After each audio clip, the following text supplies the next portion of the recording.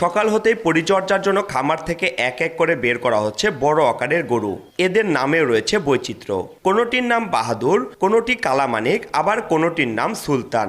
অনলাইনে এদের ছবি দেখে প্রতিদিন অনেক ক্রেতা আসছেন দেখতে ও কিনতে। তবে বেশিরভাগ ক্রেতাই গরু কেনার পর বাড়িতে জায়গা না থাকায় লালন পালন ও পরিচর্যার জন্য খামারেই রেখে দিচ্ছেন। কোরবানির হাট উপলক্ষে শেষ মুহূর্তের পশু পরিচর্যায় ব্যস্ত সময় পার করছে সিরাজগঞ্জের খামারিরা। পশু মোটা তাজা করা হচ্ছে প্রাকৃতিক উপায়ে। এবছর কোরবানির বাজারের জন্য জেলায় প্রস্তুত রয়েছে প্রায় 6 লাখ পশু। তবে বড় গরুগুলো খামার থেকে বিক্রি হচ্ছে বলে জানান খামারিরা। দেশীয় পদ্ধতিতে গরু মোটা তাজা করতেছি আমরা। আসলে বাজে কোনো ফিড, কোনো কীটনাশক, কোনো কেমিক্যাল দ্বারা গরু তৈরি করতেছি না।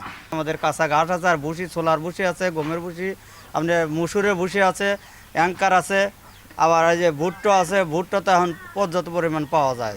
আমরা আমন, ছোলা, বাঙ্গায়া এগুলো আমরা গরু খাওয়াই। এখন এবছর 350 কোটি টাকার পশু বাণিজ্যের সম্ভাবনার কথা বলছে প্রাণী সম্পদ বিভাগ। আমরা প্রায় 6,17,723টার মতো আমরা এ পর্যন্ত এই কোরবানির জন্য গরু প্রস্তুত করে রেখেছি। আমরা আশা করতেছি যে এই বছর টোটাল আমাদের ক্যাটেলের প্রায় টাকার মূল্যে 350 কোটি টাকার মতো এই কোরবানির গরু বিক্রি করে মানুষ তাদের এই ইনকাম করতে পারবে। প্রাণী সম্পদ বিভাগের তথ্য মতে সিরাজগঞ্জে ছোট বড় মিলে প্রায় 17,000 খামার রয়েছে।